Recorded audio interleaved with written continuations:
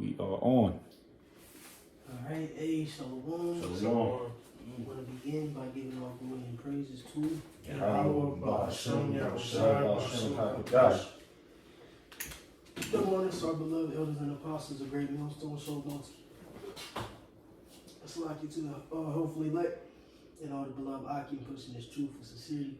It's your brothers from the GMS Columbus, Ohio branch. Coming back again with another Friday class sit down. And, just continuing on in the series, tackling Daniel 11th chapter, which, like I said, is, evidently going to, take a little bit of time to get through in depth, like I said, we're just going to keep chipping away at it. So, I believe we stopped at Daniel 11 and 5. So we could just pick up there, get a little bit more information on it, and, like I said, just keep chipping away at this chapter, and Lord's will is edifying. So whoever, Daniel 11 and 5. And then, of course, Jake, keep the Wikipedia up. And, it's just going to be a lot of history. So just buckle up. Lord's will be edifying. I got Daniel 11 and 5. You said read 5, right? Mm-hmm. It kind of says, and the king of the south shall be strong, and one of his princes, and he shall be strong above him, and have dominion. His dominion shall be a great dominion. Right, so, dealing with the king of the south, believe we touched on briefly in the last class, in the end, or the conclusion of the last class, that's going to Ptolemy the first Soter, all right? Which Lord's will, Jake could pick up Wikipedia on him real briefly. Ptolemy I Soter, S-O-T-E-R. Alright, and when you're dealing with this fifth verse, alright, like we touched on in the last class, when you go into this chapter, as you get into the, the teens of the chapter, and even starting now, we're going into the six Syrian wars, alright? Which, when you dive into the verse 5, pretty much just, in this small verse, tackles both the first and the second Syrian war, all right? Which then it leads to the third and fourth, all right? Going to the sixth verse on down, all right? But you got it, bro, whoever. Yeah, I got Ptolemy, which is Ptolemy, Yep. the first son. It is 369 BC to 282 BC, was a Macedonian Greek general historian and successor of Alexander the Great, who went on to found the Ptolemaic kingdom centered on Egypt. Ptolemy was the king and pharaoh of the Ptolemaic Egypt from 305-304 BC to his death in 282 BC, and his descendants continued to rule Egypt until 30 BC. During their rule, Egypt became a thriving bastion of Hellenistic civilization, and Alexandria a great seat of Greek culture. And that Alexander ultimately, went down into Egypt and conquered it. Hence, you got, the city, all right, Alexandria, So, like you said, Ptolemy, pretty much when, the kingdom was separated between the four generals, he took, the south end of things, which would be, Egypt. But you can read a little more, Lord's will. It's Ptolemy, the first was the son of Arsinoe of Macedon by either her husband Lagus or Philip II of Macedon, the father of Alexander. However, the latter is unlikely, and may be a myth fabricated to glorify the Ptolemaic dynasty. Ptolemy was one of Alexander's most trusted companions and military officers. After the death of Alexander in 323 BC, Ptolemy retrieved his body as it was en route to be buried in Macedon, placing it in Memphis instead, where it was later moved to Alexandria in a new tomb. Afterwards, he joined a coalition against Perdiccas, the royal regent over Philip III of Macedon. Yep. Perdiccas Perseus, invaded Egypt but was assassinated by his own officers in 320 BC, allowing Ptolemy I to consolidate his control over the country after a series of wars between Alexander's successors. Ptolemy gained a claim to Judea in southern Syria, which was disputed with the Seleucid king Seleucus I. Right. See, this is where Now we it's start. pick up. Yeah, the Syrian wars. Pretty much ultimately going into the Ptolemaic dynasty and the Seleucus dynasty. Those two parties fighting against each other. For this landmass. Being Syria. All right.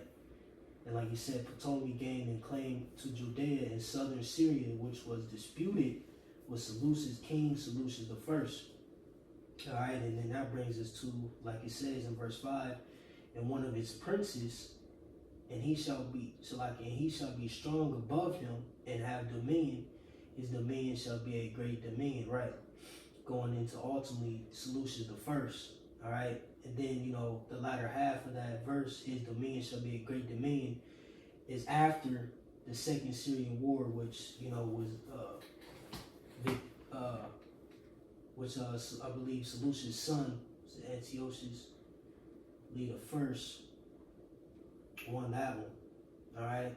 But you can read a little more on Ptolemy real quick. Right. And then let's get some backdrop on Seleucus first. Alright. Decatur as well, so we could get some of his history. Then we'll tap into the First Syrian War and get some of that. But you got it, bro. It says Judea and southern Syria, which was disputed with the Seleucid king, Seleucus I. He also took control of Cyprus and Cyrenaica, the latter of which was placed under the control of Ptolemy's stepson Magus. Ptolemy also commanded the construction of the Library of Alexandria and of the Lighthouse of Alexandria, one of 7 wonders of the ancient world. Damn. God, that's beautiful. Yep. And like you said, and take account to pretty much the agenda of Alexander was to pretty much push that Hellenistic lifestyle upon the planet. Yep. Okay, so remember lands like Cyprus, etc. Those those islands, etc. were in the Aegean Sea, if I'm not mistaken. But you can see how that region, Asia Minor, so on and so forth, became Hellenistic. They were pushing forth that Greek ideology, so on and so forth, in these different lands amongst the people that they took captive. All right, and let's not forget that you had captives in Babylon and various other regions too. So you see the scattering, you see the the pre-indoctrination dealing with the Greeks, But now we could get some backdrop on Seleucus. All right, this is Seleucus I Nicator. Yep. All right, 358 BC, 281 BC was a Macedonian Greek general, officer, and successor of Alexander the Great, who went on to found the eponymous Seleucid Empire led by the Seleucid dynasty, initially a secondary player in the power of struggles following Alexander's death. Seleucus rose to become the total ruler of Asia Minor, Syria, Mesopotamia, and the Iranian plateau. Assuming the title of Basileus, king, the Seleucid Empire was one of the major powers of the Hellenistic world until it was overcome by the Roman Republic and Parthian Empire in the late 2nd and early 1st centuries BC. Mm-hmm. Right, and then of course we know the Seleucus, dynasty, ultimately, down the stretch leads to Antiochus Epiphanes, so on and so forth. Yeah. But you can keep reading. It says, while serving under Alexander, Seleucus was commander of the High Pass Pistii, an elite Macedonian infantry unit. After the death of King Alexander in June 323 BC, Seleucus initially supported Perdiccas, the regent of Alexander's empire, and was appointed commander of the Companions and Chiliarch at the partition of Babylon in 323 BC. So like real quick, that name that he was a commander of. I'm just showing the picture real quick. yeah. And that name means man at arms or shield cover, shield bearer. So like I just want to show a couple pictures. Yeah, and again, click on these sub links, etc. To dive deeper. You know what I'm saying, through the spirit. Because it's a lot. It's a lot to go into, but we just abridging as much as we can, so we get an understanding where we're at, what's happening, so on and so forth. Because again, this already happened in prophecy. Yeah. But you got it, bro. Military failures against Ptolemy in Egypt led to the mutiny of his troops and Right, and the partition of Babylon was pretty much, a conference, if you will, going into, how they were going to divide up the territories of Alexander, just for it's like a EU meeting or something like that. The World Economic Forum or some bullshit. Whatever they say. Figure some stuff out after Alexander's death. Yeah. But you got it. It says Perdiccas was betrayed and assassinated in a conspiracy by Seleucus, Piethion, and Right, and Perdiccas, he was a general, all right, during Alexander's reign, or successor of Alexander. He's a high-level general. Just for some historical context as well, because that name keeps coming up. But you got it, bro. it says Pathon and Antigenes in Pelusium, sometime in either 321 or 320 BC, at the partition of Triparadisus in 321 BC, Seleucus was appointed satrap of Babylon, which means some of a higher satrap. That's Right, and some that danger. that partition was another sit down. Believe in particular this time between the generals. Yeah. Of Alexander. But you got it. Is under the new regent Antipater, but almost immediately the wars between the Diadochi resumed, and one of the most powerful of the Diadochi and antagonists forced Seleucus to flee Babylon. Seleucus was only able to return to Babylon in 312 BC with the support of Ptolemy. From 312 BC, Seleucus ruthlessly expanded his dominions and eventually conquered the Persian and Median lands. Seleucus ruled not only Babylonia, but the entire eastern part of Alexander's empire. Yep, right. So, Seleucus came into power, Ptolemy came into power. All right, it's 4 generals, the notable ones, but, reference Antigonus as well. All right, which ultimately, like you said, forces us the Seleucus dynasty and Ptolemaic dynasty, took out Antigonus, all right? And that's like you said, you got 40, because sometimes, Antigonus and I believe maybe like Lysimachus and Cassander, sometimes they interchange them 3, you know what I'm saying? But ultimately, we know Antigonus was taken out of the way, down the stretch in the midst of the wars that was happening between the 4 and that's and just, 5. Oh yeah, so I'm sorry. No, That shows you just like in America Today. I was looking at a YouTube video. I look at it, I just seen the title. It said Rome is just America is Rome just with Wi-Fi, because it tells you. And of course, this is talking about but it's talking about Edomites in general, because they still do the same thing. Everybody's trying to claw their way up to the top. Like I watched a lot. Well, the past couple of days, I've watched a lot of the Donald Trump joints. They got a lot of them going in the meetings, and everybody's like trying to kind of like like they trying to steal their funk. Man, I'm looking at the SecDef. It's like he's like clawing, just ready to like pounce the talk. And so I know niggas like that. They just want to sit there and I just want to talk all day long, man. So this is the common day of what the Greeks and Romans are, the modern day Edomites, man. It's that same spirit. Same spirit. Which in the last days. Oh man, that's the spirit, because I was gonna say, because everybody was like hopping on DJ Trump's ride, man. thank you. Oh, much one. Thank you, President, because you made. It was everybody just commending him. Yeah. And this nigga, I mean, whatever. They did what they did, but everybody's commending this guy. Like, he's that guy.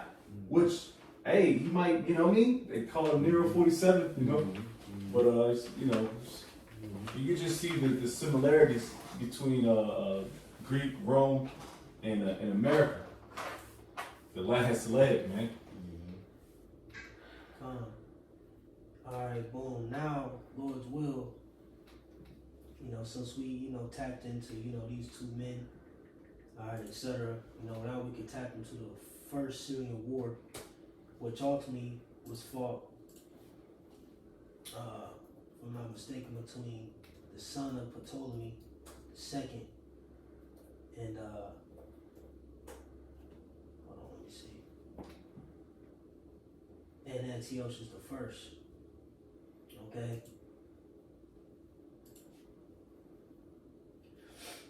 So, Lord's will, we can just look up the first Syrian war.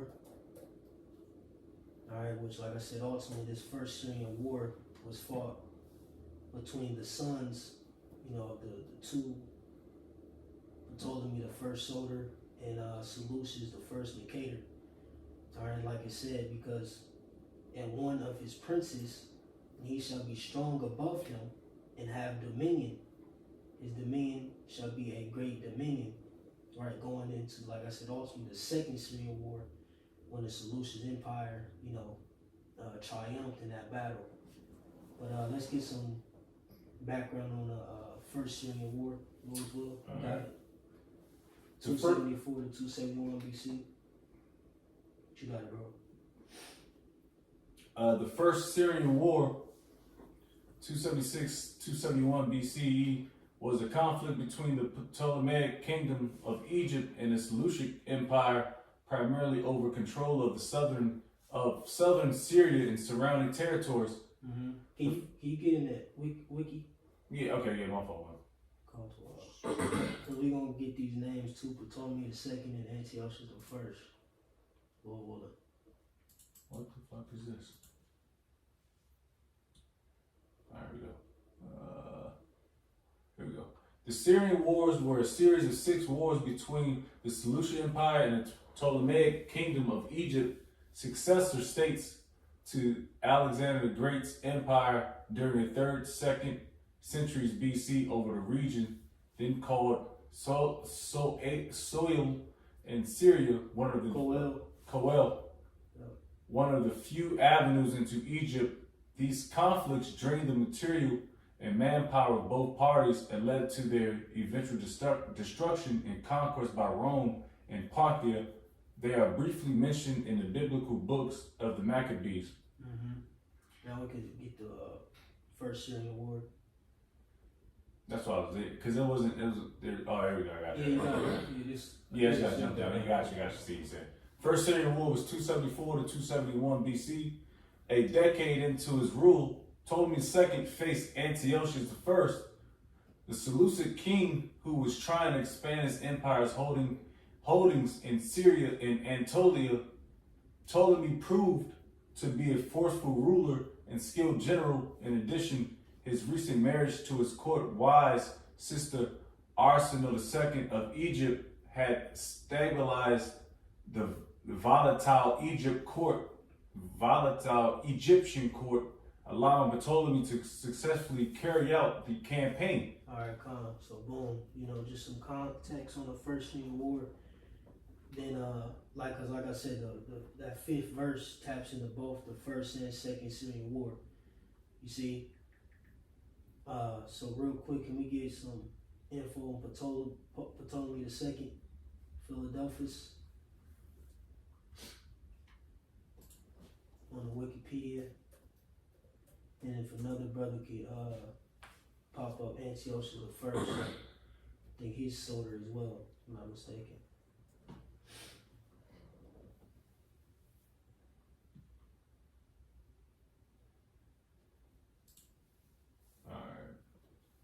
I got Ptolemy II, Philadelphus. All right. It says, what we got? 309 to 246 BC, was the pharaoh of the Ptolemaic Egypt from 284 to 246 BC. He was the son of Ptolemy I, the Macedonian general of Alexander the Great, who founded the Ptolemaic kingdom after the death of Alexander, and Queen Berenice I, originally from Macedon. During Ptolemy II's reign, the material literary splendor of the Alexandrian court was at its height. He promoted the museum and library. In addition to Egypt, Ptolemy's empire encompassed much of the Aegean and Levant. He pursued an aggressive and expansionist foreign policy with mixed success. From 275 to 271 BC, he led the Ptolemaic kingdom against the rival Seleucid Empire. It said rival. So that means they're already against each other, man. It tells you in the scriptures. Yep.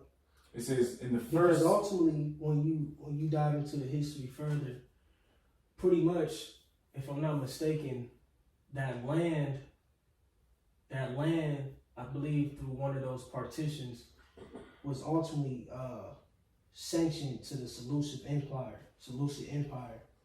And what had happened was, I believe, the Seleucid Empire had got into some conflict, I believe, with Antigonus as well, or something like that. And then Ptolemy just took it over, and that was during, Ptolemy the first and Seleucus the first and Nicator. All right, and pretty much, their sons came into power and into reign. If I'm not mistaken, I think Seleucus, Antiochus the first, Soter, him knowing that history, he like, man, nah, we need this back. Pretty much that's what sparked the first Syrian war. But you got it, bro.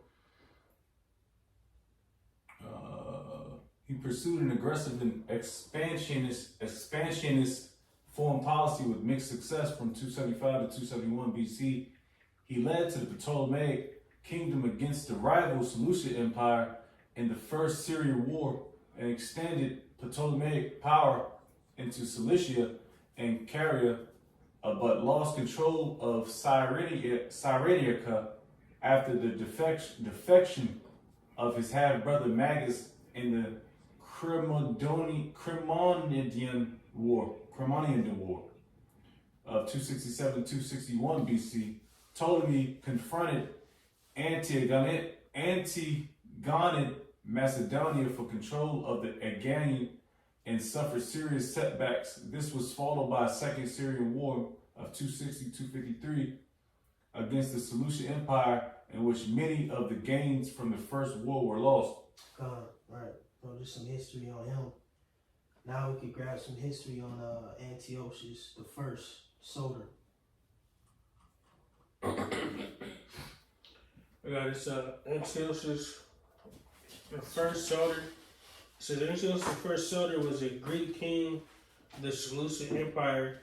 Antiochus succeeded his father Seleucus Nicator in 281 BC and reigned during a period of instability, which he mostly overcame until his death on the 2nd of June 261 BC. He's the last known ruler of the attributed the ancient Mesopotamian title King of the Universe.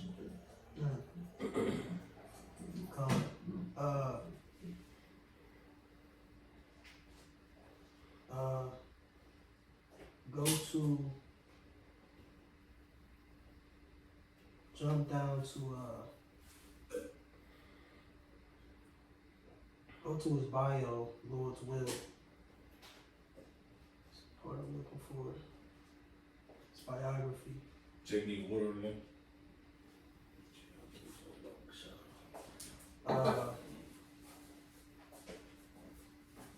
Can you jump to paragraph 4, talking about the assassination?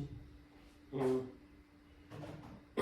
biography, going to the one that's on the assassination, it says, on the assassination of his father in 281 BC, the task of holding together the empire was a formidable one. A revolt in Syria broke out almost immediately. Antiochus was soon compelled to make peace with his father's murderer. To make peace with his father's murderer, Ptolemy Carunas, apparently abandoning Macedonia and Thrace. And in Anatolia, he was unable to reduce Bithynia, or the Persian dynasties that ruled in Cappadocia. In 278 BC, the Gauls broke into Anatolia, and a victory that Antiochus won over these Gauls by using Indian war elephants, 275 BC, is said to have been the origin of his title of Soter, Greek for savior. At the end of 275 BC, the question of the Colli Syria, which had been open between the houses of Seleucus and Ptolemy since the partition of 301 BC, led to hostilities, the First Syrian War. It had been continuously in Ptolemaic occupation, but the house of Seleucus maintained its claim. War did not materially change the outlines of the two kingdoms, though frontier cities like Damascus and the coast districts of Asia Minor might change hands. Right, so, pretty much in a nutshell, you had Antiochus the first, all right, and the Ptolemy, or, Ptolemy the second, which ultimately Antiochus the first, wanted to expand, the lands that he already had, in his father's name. Okay, and pretty much it was over that land, Syria. Okay, and Antiochus invaded, I believe, Ptolemy first. Alright, in the First Syrian War. Okay, and I believe it didn't go initially as he had planned, and he lost. Alright, but then, like it says in the latter part of that 5th verse, and have dominion, his dominion shall be a great dominion. Because ultimately in the Second Syrian War, he won. Okay? Can Jake get that? The Second Syrian War, Lord's will? Yeah. That's when he gained his great dominion.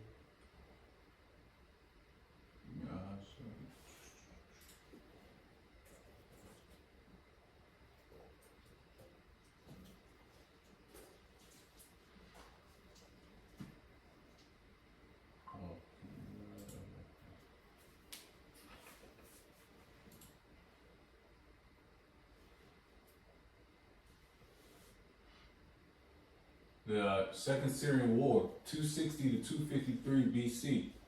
Antiochus II succeeded his father in 261 BC and thus began a new war for Syria. He reached an agreement with current Antigonid king in Macedon, Antigonus, I can't even pronounce the goddamn name, Antigonus II Gonatas, who was also interested in pushing Ptolemy II out of Aegon with the Macedon support. Antiochus II launched an attack on Ptolemaic outposts in Asia. Most of the information about the Second Syrian War has been lost. It is clear that Antigonus' fleet defeated Ptolemy at the Battle of Kos in 261, diminishing Ptolemaic naval power. Ptolemy appears to have lost ground in Cilicia, Pamphylia, and Ionia,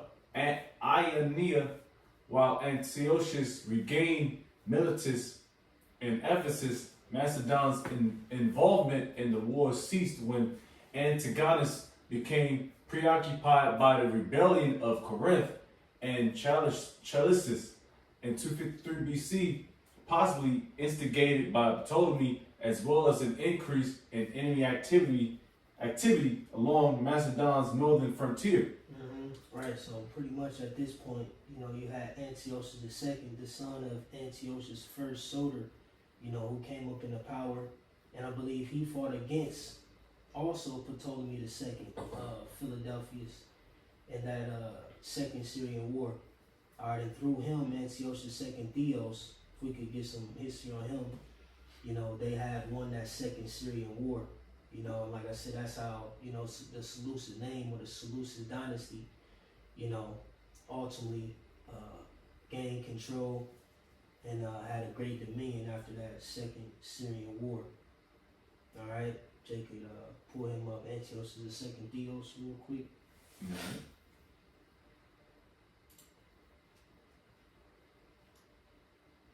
This is Antiochus the second Theos.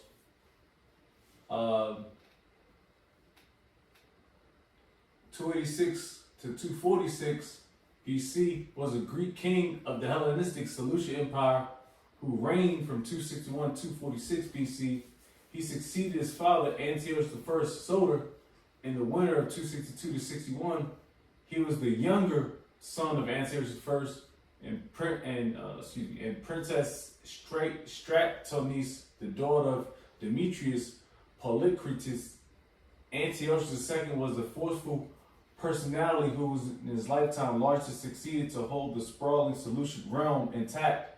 However, his fateful decision to repudiate his first wife, Laodice, and marry a Ptolemaic princess Berenice as part of peace treaty led to a succession struggle after his death that would shake the empire's foundation and cause large territorial losses.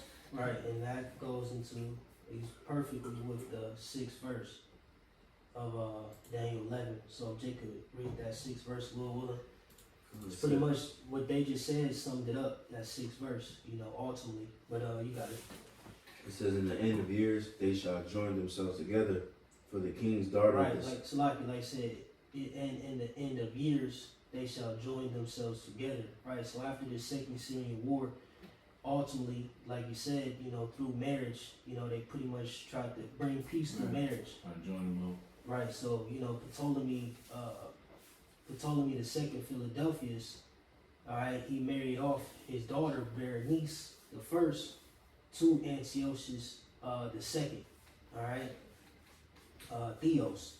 See, like you said, to bring peace, you know, to the two realms, you know, ultimately. But in that, Antiochus the second Theos, he left his first wife, Laodice or Laodicea. That's where you get that land from. So Laodicea, if I'm not mistaken, I believe that's how it's pronounced. All right, from that woman. All right, pretty much, you know, she inherited that land, you know, believed through her husband at that time, and he named it after her. But you got it. It says, for the king's daughter of the south shall come to the king of the north to make an agreement. Right, so the king, so like I said, for the king's daughter of the south shall come to the king of the north to make an agreement. Right, so like I said, Ptolemy the second Philadelphus married off his daughter Berenice, you know, to Antiochus the second. All right, but he had to leave his first wife, Laodice, or however you want to pronounce it, Laodicea, or Laodice, however. All right, she married, he had to break it off with her to marry Berenice, you know. But you got it. But she shall not retain the power of the arm. Right, she shall not retain the power of the arm, you know, because ultimately what, you know, they end up having children, okay? But throughout time, Antiochus II ended up being put to death. You know, now some accounts say that he was put to death by Laodice, you know, because he tried to return back to her, you know, tried to get back with his shorty or whatever. Some say she poisoned him and he died, you know, whatever the case may be. But through that, you know, Berenice and her son didn't, you know, retain the power, you know, because, you know, she thought, you know, she married into the, you know, Seleucid, you know, dynasty, etc. Her son, you know, would gain the inheritance, you know, so she lost the power of the arm, you know. You got it. But she shall be given up, and they that brought her, and he that begot her, and he that strengthened her in these times. Right, like you said, but she shall be given up, because she ended up ultimately getting put to death as well. Believe this lady Laodice, you know, was an effort, you know what I'm saying? After Antiochus II left her, you know, she caused a lot of havoc, you know. But real quick, let's get a couple of these names. can we get a backdrop on Berenice and Laodice, however you want to say her name. And did we get some information on Ptolemy II? I think we did. But let's get a little backdrop on this man's family tree real quick. So, did we get some? I think we got some backdrop on Ptolemy. It's a lot of names. Yeah. But let's get some history on Berenice and Laodice. Alright. This is Berenice of 279-268 was the queen of Egypt by marriage to Ptolemy I Soter. She became the second queen after Eurydice of the Ptolemaic dynasty of Egypt. That's pretty. You want to keep going? Yeah, come on. Yeah, Berenice was originally from Eridera. She was the daughter of Princess of Antigone of Macedon, and an obscure local, a Macedonian nobleman called Magus. Her maternal grandfather was a nobleman called Cassander. Where are you at? Berenice the First. Wiki? You on the wiki? Yeah, Berenice the First, or just Berenice. because I try to look for a name. Go to Antiochus II Theos. Okay, I got you. And then It's go on to me. spouse. Go to spouse. Yep, got you. Because it's a lot of common names. Yeah, it's a lot of common But I names. think that may be it. Or you say No. Syria. It was two of them. All right, the water. Berenice Syria, Syra. Sorry that. Also called Berenice Pharenophisferus, or Berenice Syra was an Egyptian princess and a Seleucid queen regent. She was a Seleucid queen by marriage to Antiochus II of Theos, and regent during the minority of her son Antiochus in 246. Berenice was the daughter of Ptolemy II of Philadelphus and Arsinoe I of Egypt. She was named after her paternal grandmother, Berenice I of Egypt.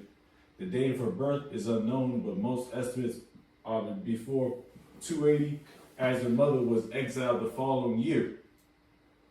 Berenice Syra's relationship with her father remained positive after her mother's exile. When she moved upon her marriage, he provided her with bottled water from the Nile, so she would never have to drink from any other source. Queen, around 252 BC, following a peace agreement in 253 BC between Antiochus and Ptolemy to the Second Syrian War. Berenice. Yeah, to end the Second Syrian War. You know, like I said in that 5th verse, that was the end of that Second Syrian War when the Seleucid dynasty, through Antiochus II, won in battle against the Ptolemaic dynasty. And like I said, this was the peace treaty between the two realms via, marriage. You got it. Says Berenice married the Seleucid monarch Antiochus II of Theos, who divorced his wife Laodice I and transferred the succession to Berenice's children. Upon her marriage, she took the name Syra, referencing Syria. Berenice was fairly old for a Ptolemaic princess to marry. Her dowry was so large, she was known as Pharenophyros, or the dower bringer. Antiochus II took up again with his first wife, Laodice, Ptolemy II pressured Antiochus II to return to Berenice, but he repeatedly delayed this. In 246 BC, when Ptolemy died, Ptolemy III increased the diplomatic pressure his father had begun, and Antiochus died shortly thereafter. Many suspect from poisoning, possibly from Laodice. See? So, again, going back to Daniel 11:6, it says, in the end of years they shall join themselves together, right? The two realms, Ptolemaic dynasty, Seleucid dynasty, via Ptolemy II Philadelphus and Antiochus II Theos. Those two parties, would try to unify through marriage, okay, but it ultimately went south. So for the king's daughter of the south shall come to the king of the north to make an agreement But she shall not retain the power of the arm, neither shall he stand, nor his arm, right? Neither shall he stand, nor his arm, right? So he ended up dying as well. But she shall be given up, and they that brought her, and he that begat her, right? That he that begat her was her father, Ptolemy, Philadelphus. He ended up dying. Ptolemy the second ended up dying. It says, and he that strengthened her in these times, right? So, the whole, thing with the shits ultimately, the coming together, so on and so forth. Okay? Now, real quick, you just read something on Laodice, real quick. Just read up on her real quick, then that's going to lead into the 7th verse dealing with Ptolemy the third, the brother of Berenice. I got it. So Laodice, the first, says, was a Greek noblewoman of Anatolia, who was a close relative of the early Seleucid dynasty and was the first wife of the Seleucid Greek king Antiochus II Theos. Mm-hmm. That's it I got.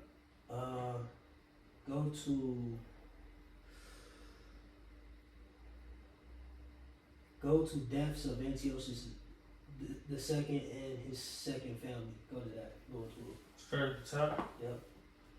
It says during Antiochus II's marriage to Berenice, they had a son called Antiochus. Laodice lived at Ephesus on 20th of January 246 BC. Ptolemy II died and was succeeded by Ptolemy III. Arrogance. After the death of Ptolemy II, Antiochus II left his second family in Antioch and returned to Laodice. He named his first son with Laodice as his successor to the throne.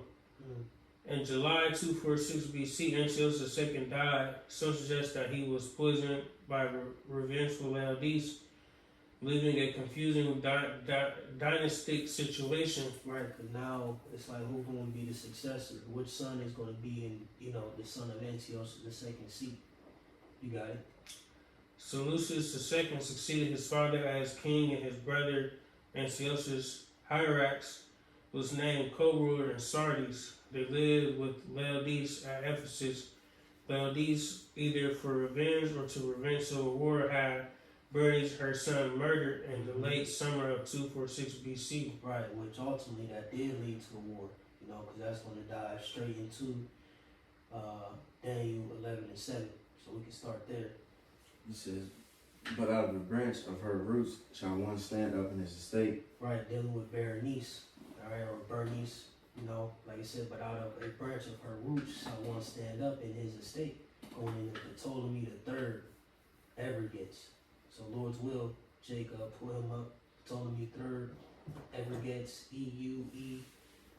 Euergetes. It should be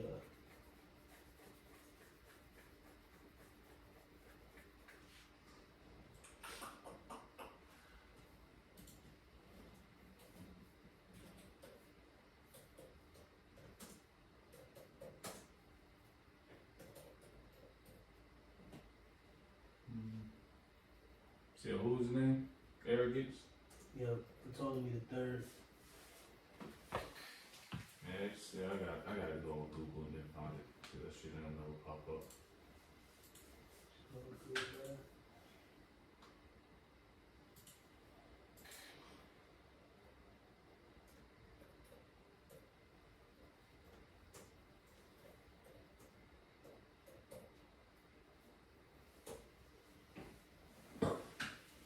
Oh, Euergetes. Evergates. Alright, I got Ptolemy the third, Euergetes. 280 to 222 BC was the third pharaoh of the Ptolemaic dynasty in Egypt from 246 to 222 BC. Ptolemaic kingdom has reached the height of its military and economic power during his kingship, as initiated by his father Ptolemy II of Philadelphus. You got it. Ptolemy III was the eldest son of Ptolemy II, and Arsinoe the first. When Ptolemy III was young, his mother was disgraced. He was removed from the succession. He was restored as heir to the throne in the late 250s BC and succeeded his father as king without issue in 246 BC. On his succession, Ptolemy III married Berenice II, reigning queen of Cyrenaica, thereby bringing her territory into Ptolemaic realm. In the Third Syrian War, 246-241 BC, Ptolemy III invaded the Seleucid Empire and won a near total victory, but was forced to abandon the campaign as a result of an uprising in Egypt in the aftermath of this rebellion. Ptolemy forged. Right, Salaki, and that's pretty much what happened. If you can, Zaquan, finish up that 7th verse, because of course he caught wind, the situation, and that's what led to the Third Syrian War, which ultimately was pushed by Ptolemy III, hard upon the Seleucid dynasty, and I believe he went against his son. Was it Seleucus the first? He went against, or was it Seleucus the second? Yep. He went against Seleucus the second in that Third Syrian War. And then if we can pull that up as well, the Third Syrian War. But you can finish that out. It says, verse 7, right? Yep. It says, but of the branch of her roots shall one stand up in his estate, which shall come with an army, and shall enter into the fortress of the king of the north, and shall deal against him, and shall prevail. Right, and like you said, he won, And you can read 8 as well, too. It says, and he shall carry captives into Egypt, their gods, and with their princes, and with their purses, so like vessels of silver and of gold, and he shall continue more years than the king of the north. Right, because ultimately I believe he even outlived Seleucus, or was it Seleucus the second? Mm-hmm. Yep, so he outlived them as well, If you look at their death dates, he outlived them by like 3 years. It's more or less too. Yeah, You go perfect with what you said. yeah. Well, hold that. It says, and he shall continue more years than the king of the north, So he ended up outliving him as well. So Lord's will, finish that. Mm-hmm. Where you at, Quan? I was going to third. I'm at still Euergetes. You still in there? Yeah, but that's Yeah, finish. This. Yeah. Read that. This It is. says some more in there than get.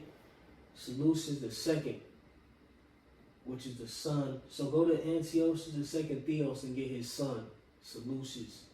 Yeah. The second.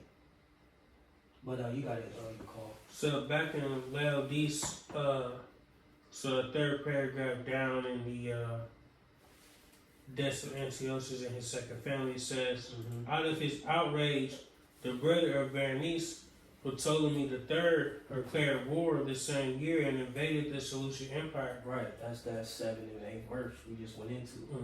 The water. His suspicions about the deaths of his sister and nephew were firmly grounded and were a part of the cause of the Third Syrian War, also known as the Laodicean War or the War of Laodice. During the war, while Seleucus was fighting Ptolemy, Laodice supported the revolt of her second son against her first son. This occurred in 244 BC, which caused a civil war for the next 17 years between Seleucus II and Antiochus Hierax. Eventually, Ptolemy captured Laodice and had her killed.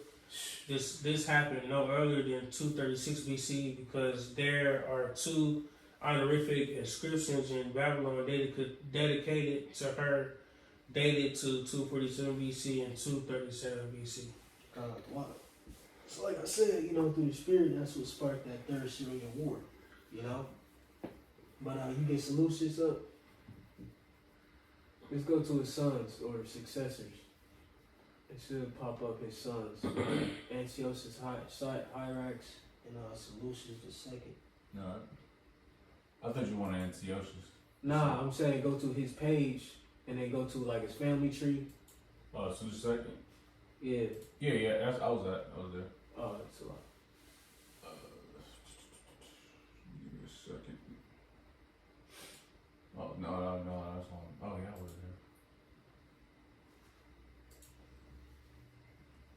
there. Yep. Alright, who you want? You can start at the top. No, I'm asking who you want. Solutions.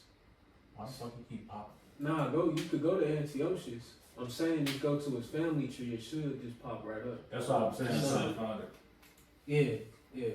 You call got it. It's good. Go ahead, come. Wow. Seleucus II, Callinicus Pogon, it says, was a ruler of the Hellenistic Seleucid Empire who reigned from 246 BC to 225 BC. Faced with So ultimately, he ended up being the son who, reigned upon the throne of his father, Antiochus II, Theos. You got it. It says, faced with multiple enemies on various fronts, and not always successful militarily, his reign was a time of great turmoil and fragmentation of the Seleucid Empire before his eventual restoration under his second son and eventual successor, Antiochus III. Keep going. Go to defeat in the Third Syrian War. Start at the top. Oh, for sure. Since Seleucus managed to maintain himself in the interior of Asia Minor and made arrangements to shore up his power there, one of his sisters married Mithridates II of Pontus, another married Arethes III of Cappadocia, and he married his aunt Laodice II, by whom he had 5 children, including Antiochus, Seleucus III, Cyrannus, and Antiochus III the Great. Seleucus then appointed his brother Antiochus Hyrax as viceroy in Asia Minor and marched against the Ptolemies. Ptolemy III returned to Egypt in 245 BC, reputedly taking with him 40,000 talents of gold and the statues of Egyptian gods which had been looted centuries before by the Persians. Seleucus crossed into Babylonia and Mesopotamia first. Hold on, read that part back again. That Ptolemy III returned. Ptolemy III returned to Egypt in 245 BC, repeatedly taking with him 40,000 talents of gold and the statues of Egyptian gods, which had been looted centuries before by the Persians. That's exactly what happened, verse 8. See? That's how you know the credibility of the scriptures. We just went into, pretty much how Ptolemy III, he went and reigned, and won, against, Seleucus II. And like you said, what did it say in verse 8? And he says, and shall also carry captives into Egypt their gods and their princes, and with their precious vessels of silver and of gold, and he shall continue more years than the king of the north. Perfect. Man. You got it, bro. Keep reading that. Yeah, this finish it.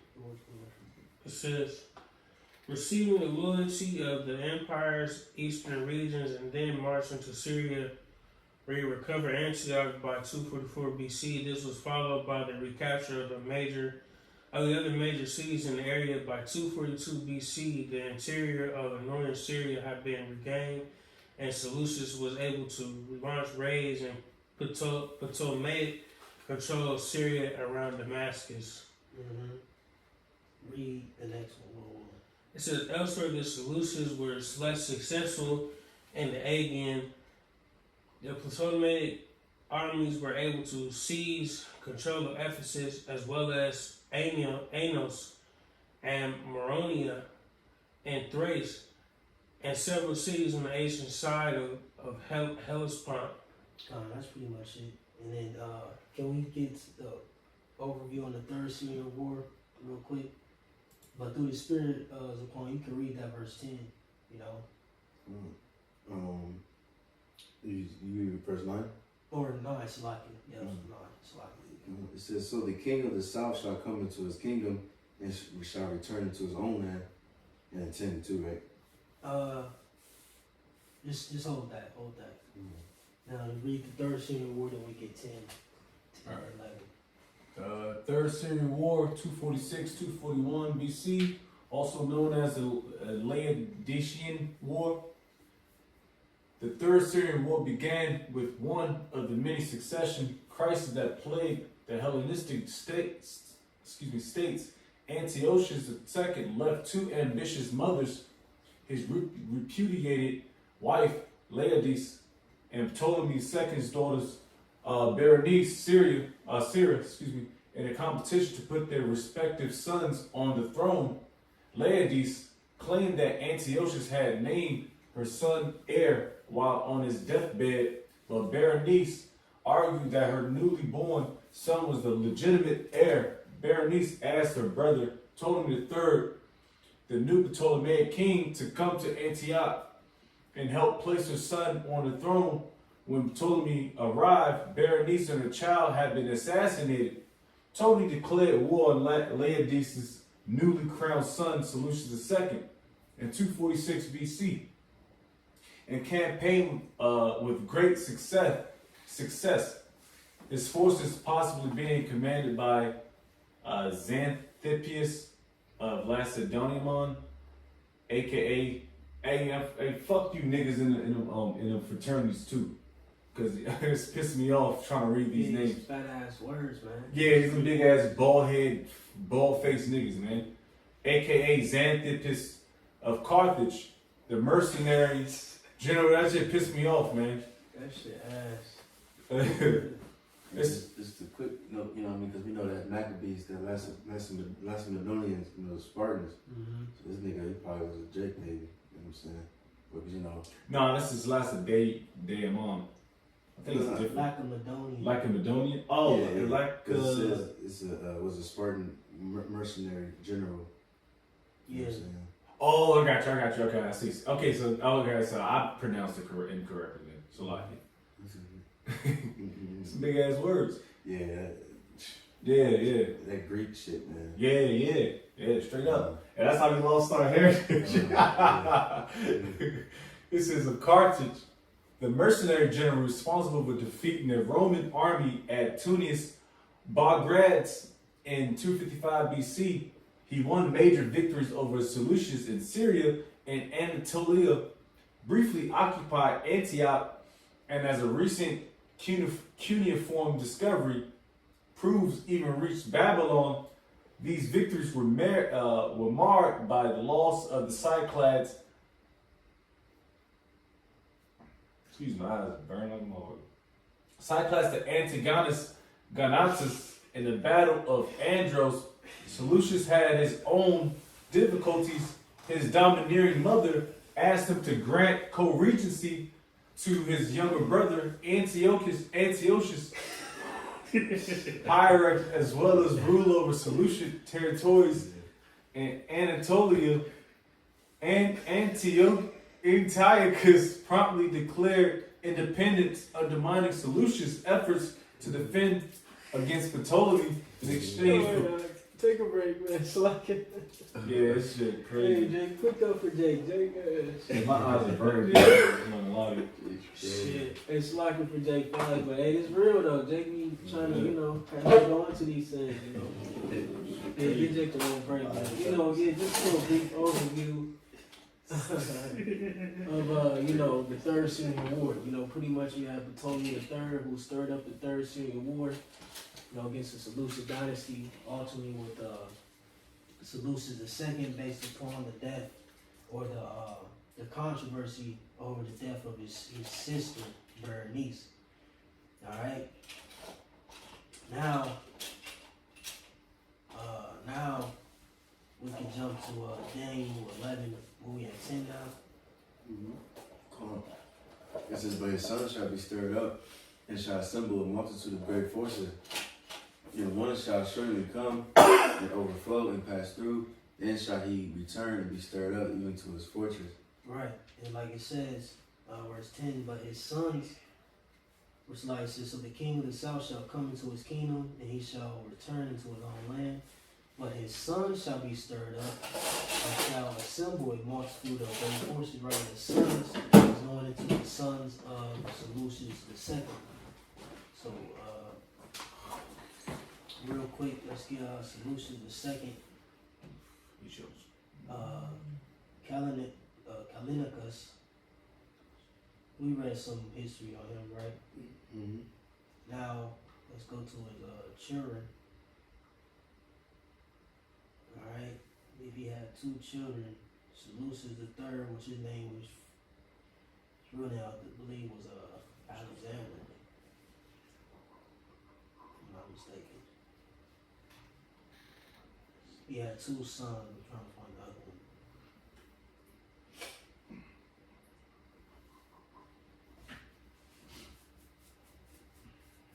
I think it was Antiochus III. Mm-hmm. Yup. You got it. Which one you want? Both sons. Yeah, I don't remember which one. Oh, real quick, let me just read this last part of Seleucus II. It says his reign was a time of great turmoil and fragmentation for the Seleucid Empire before its eventual restoration under his second son and it says eventual successor Antiochus III. Right. But like I said, he had a successor before him, which was Seleucus III. Alright, and then I believe he died. I think he reigned for a short time, then he died, then his brother Antiochus III the Great came in his stead. But you got it, brother. Seleucus III. Yep. So Seleucus III, Cyrannus. It says later also known as Soter, was the eldest son of Seleucus II, Callinicus, and Laodice II. And for a few years between 226 or 225 and 223 BCE, king of the Seleucid Empire. His epithets mean thunderbolt and savior, while his birth name was Alexander in 225 BCE, following the death of his father, Seleucus II. Right, so like, Seleucus, Ptolemy, Antiochus, them is like throne names, just for reference, like, you know what I'm saying? So, they got common names. Yeah, of course. Damn. It says who succumbed to injuries from a fall from his horse. Seleucus III succeeded him as king of the Seleucid Empire. In 223 BCE, he was assassinated in Asia Minor by courtiers during a campaign against Attalus of Pergamon. His brother Antiochus subsequently ascended the throne. Antiochus III. And then we could jump to him. Antiochus III's brother. Yep. It's Antiochus III the Great. It says was the 6th ruler of the Seleucid Empire, reigning from 223 to 187 BC. He ruled over the region of Syria and large parts of the rest of West Asia towards the end of the 3rd century BC. Real quick, Salakia. I was just thinking, so you know how, you said, Antiochus, the names, right? They got common names. So you think, like throne names. right, so you think, today, you got President Trump, President Obama, that's Antiochus would be as the name, president, you know what I'm saying? Down there, yeah. Kind. Or Like Caesar, pretty much. Yeah. It's all, yeah. That's why when we're trying to get these names going, man, it's harder. So they should have the joint, the Facebook joint, when they kind of pronounce the name, with that, like Shaniqua, they got the joint, you know what I mean? Little Michael. Yeah. Whatever, you got it, brother. It says he ruled over the region of Syria and large parts of the rest of West Asia towards the end of the 3rd century BC, rising to the throne at the age of 18 in June 223 BC. His early campaigns against the Ptolemaic kingdom were unsuccessful, but in the Following years, Antiochus gained several military victories and substantially expanded the empire's territory. His traditional designation, the Great, reflects an epithet he assumed. He also assumed the title Basileus Megas, Greek for Great King. The traditional title of the Persian kings and military active ruler, Antiochus restored much of the territory of the Seleucid Empire before suffering a serious setback toward the end of his reign and his war against the Roman Republic. Declaring himself the champion of the Greek freedom against Roman domination, he waged a 4-year war against Rome, beginning in mainland Greece in the autumn of 192 BC, before being decisively defeated at the Battle of Magnesia. He died 3 years later on campaign in the east. Right, so pretty much, you had Antiochus the Great, who came up in the power at this time, and I believe he started, the Fourth Syrian War with Ptolemy the Fourth, if I'm not mistaken.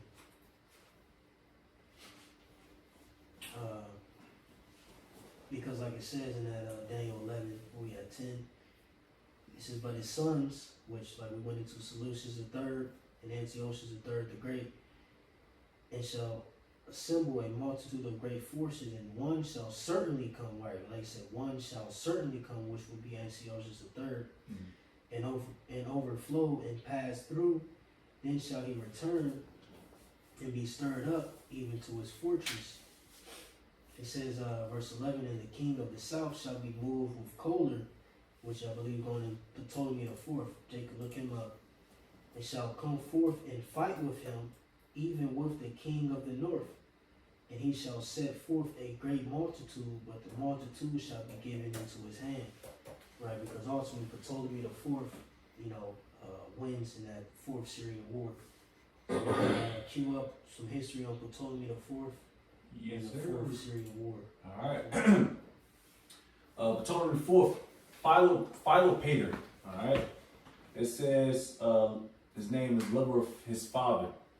244 to 204 BC was the fourth pharaoh of Ptolemaic Egypt from 221 to 204 BC. Ptolemy IV was the son of Ptolemy III and Berenice II. His succession to the throne was accompanied by a wide-ranging purge of the Ptolemaic royal family, which left control of the realm's government largely in the hands of his courtiers, Sosibius and Agathocles.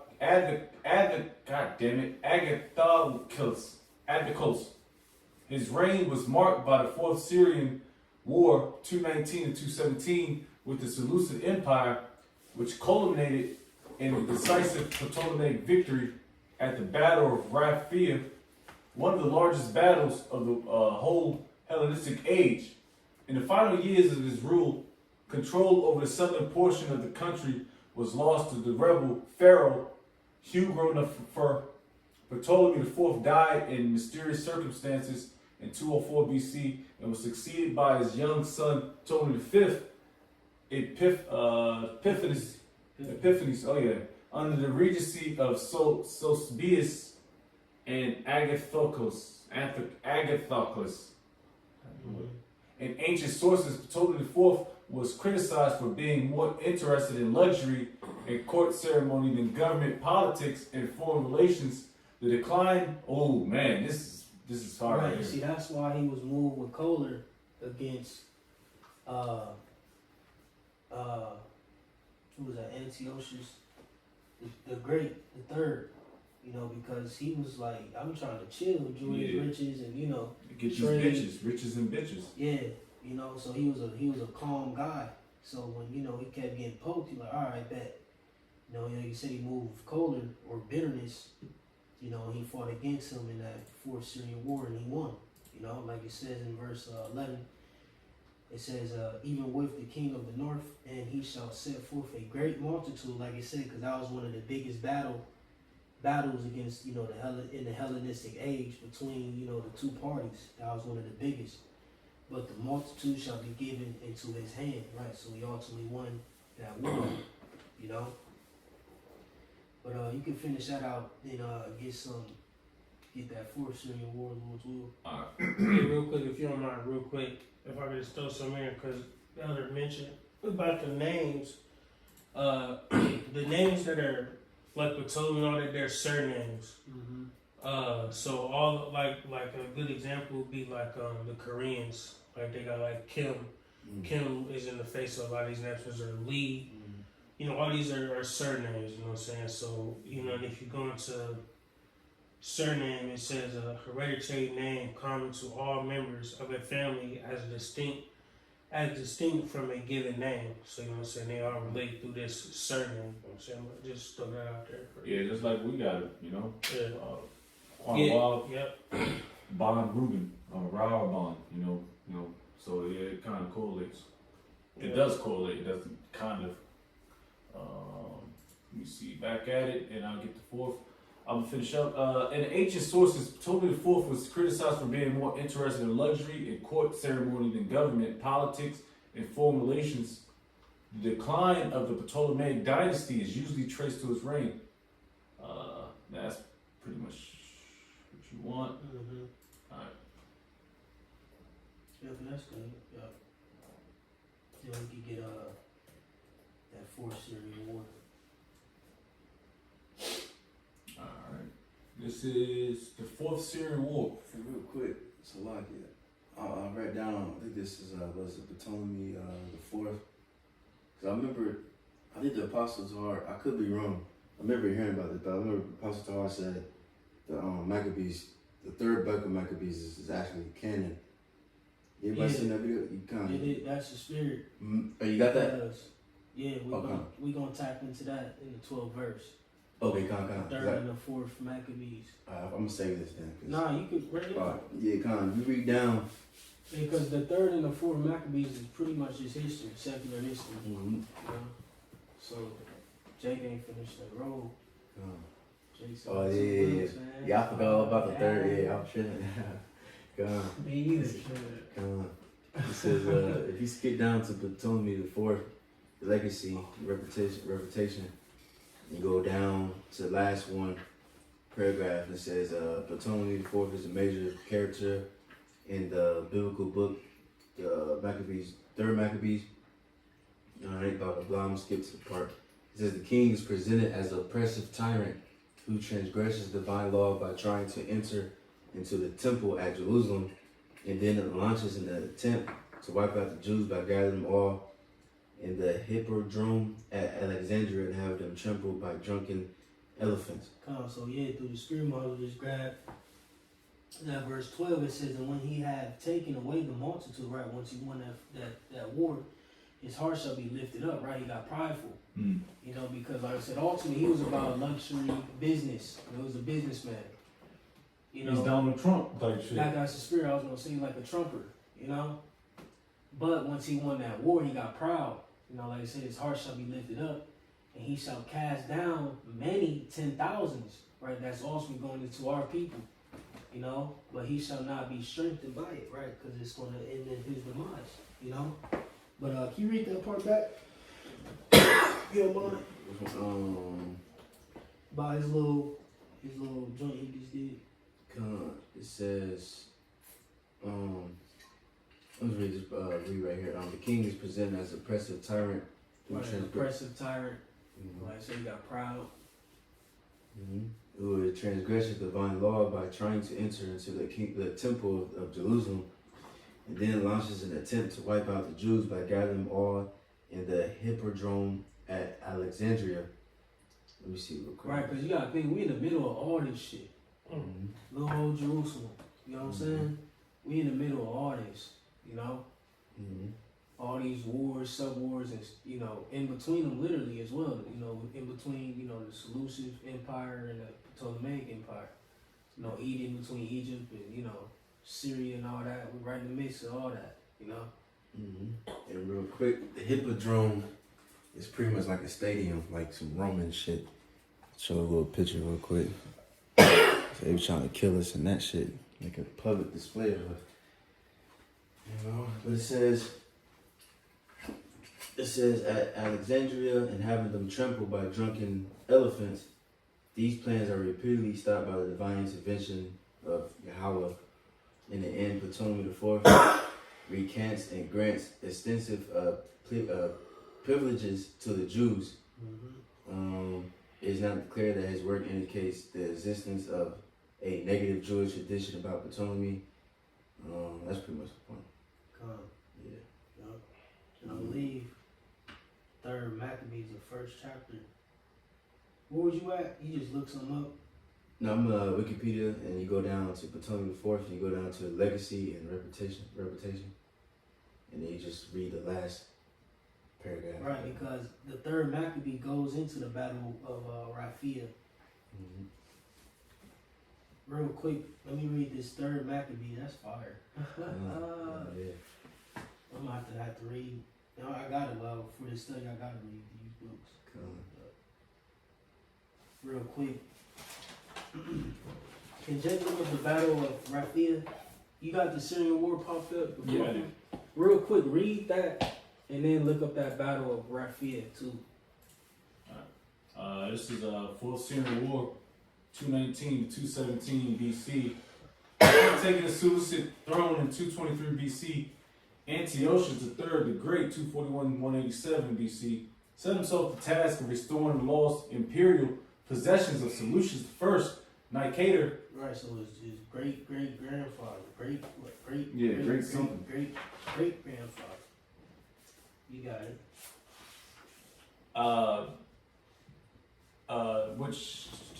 Which extended from the Greco-Bactrian kingdom in the east, the Hellespont in the north, and Syria in the south.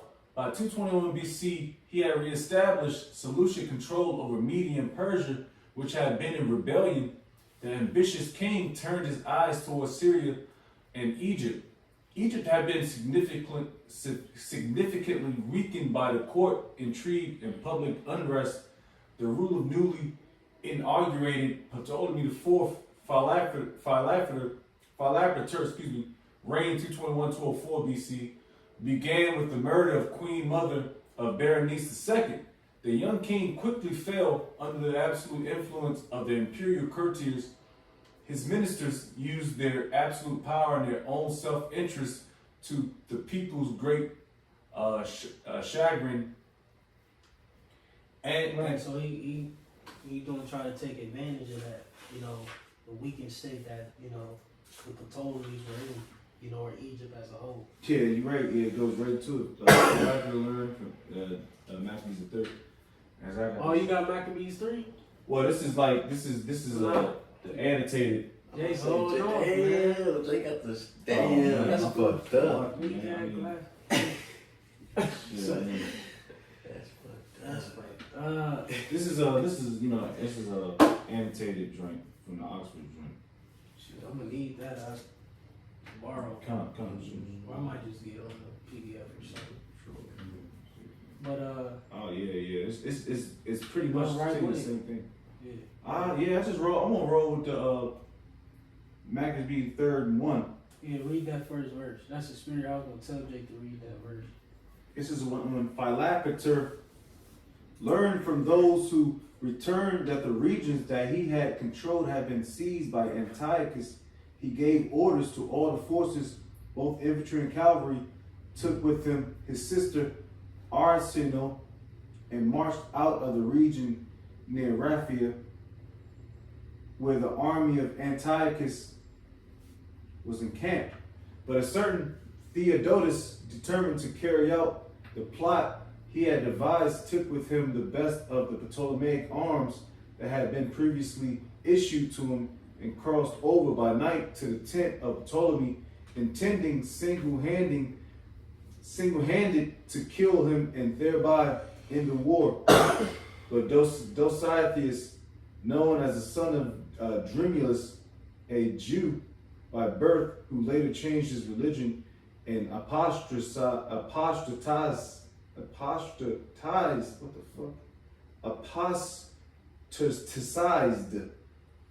from the ancestral traditions, had led the king So away. he was a sellout. Yeah, straight up.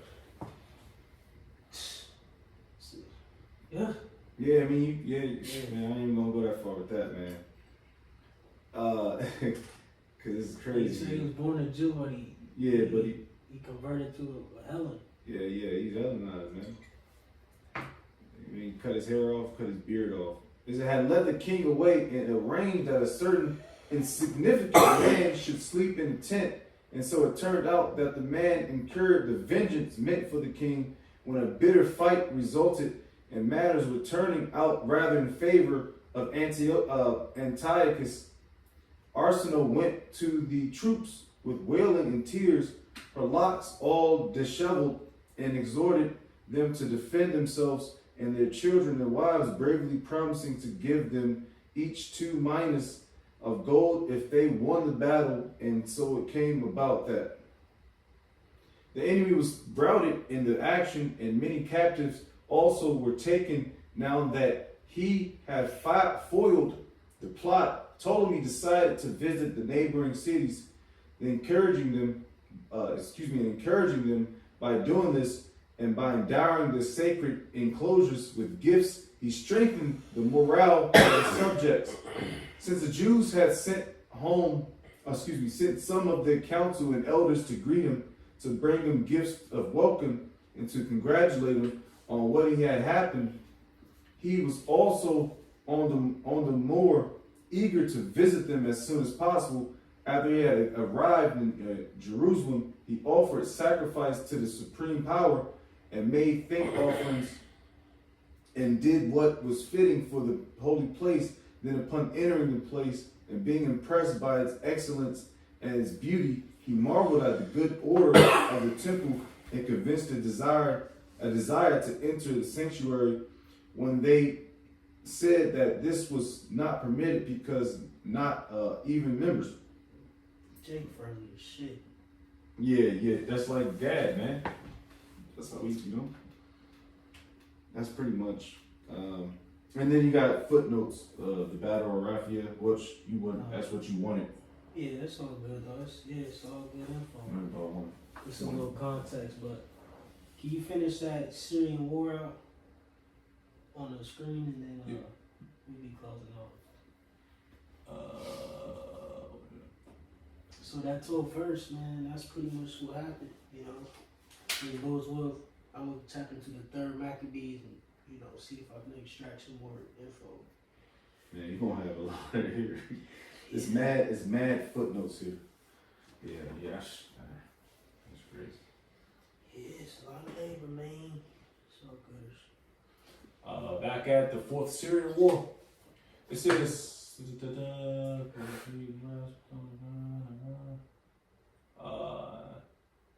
back at it, Antiochus sought to take advantage of this chaotic situation.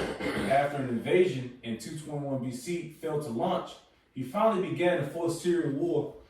In 219 BC, he recaptured Seleucia, Pyrrha, as well as the cities in Phoenicia, amongst them Tyre, rather than promptly invading Egypt. Antiochus waited in Phoenicia. Right, so if Phoenicia. you know where them 2 land masses at, he was like edging his way to the side. You know what I'm saying? He was edging towards Egypt. Like you said, rather than promptly invading Egypt. Phoenicia and Tyre, he going down that route. It's a setup shot. Yep.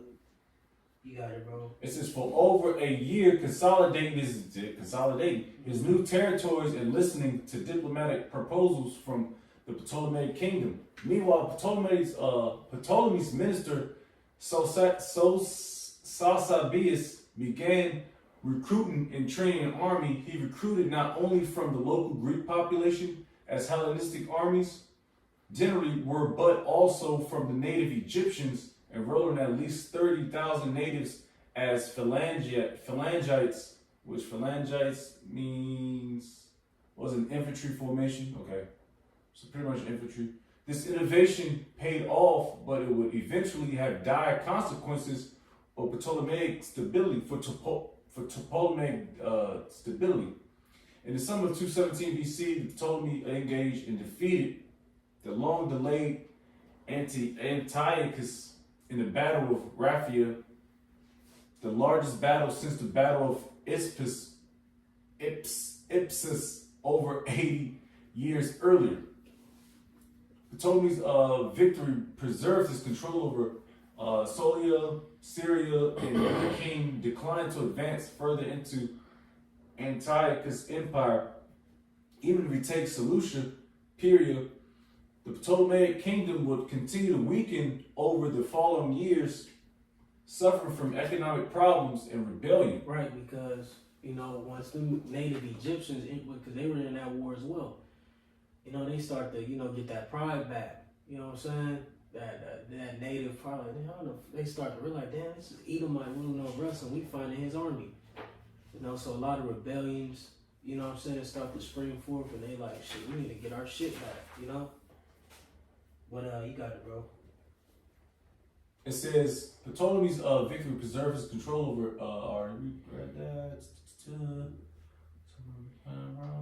patriotic sentiment had developed among the native Egyptians who had fought at Raphia, confident, well-trained, but resentful of the Ptolemaic dynasty.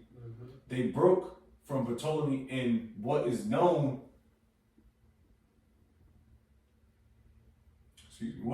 as the Egyptian Revolt.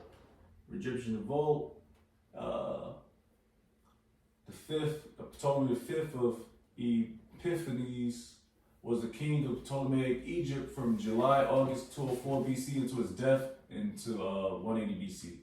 That's the Egyptian Revolt. Right. Establishing. So under him, Egyptian revolt came, you know.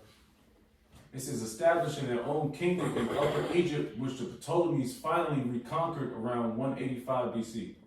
That's it. And it goes into the. Yep.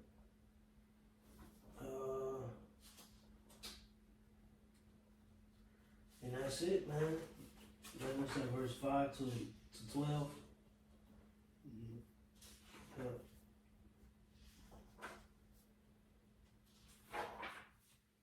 Yep, and should we, what time, where we at? Oh, we well over like 130. Well over 130. I remember that. For real? Yeah, we was going crazy. 127. Alright. Sloppy. Well, man, that's 5 through 12. What are we thinking up to 13? You know, this went a whole year of this shirt. Sloppy, but Lord's will that was edifying. A lot, man, and it could be a lot more, man, but we're gonna end it up there. We're gonna give all glory and praises to you. Bahashim, Yahushai, Bahashim, Hakadash.